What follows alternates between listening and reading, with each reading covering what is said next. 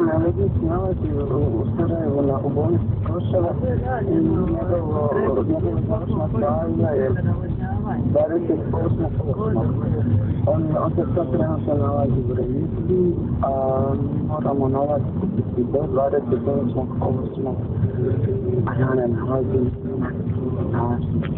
radio, otvorena mreža. Izuzetno loše, samo činjenicom da možemo se boriti za život, pokušavam zajedničko da budemo šansu da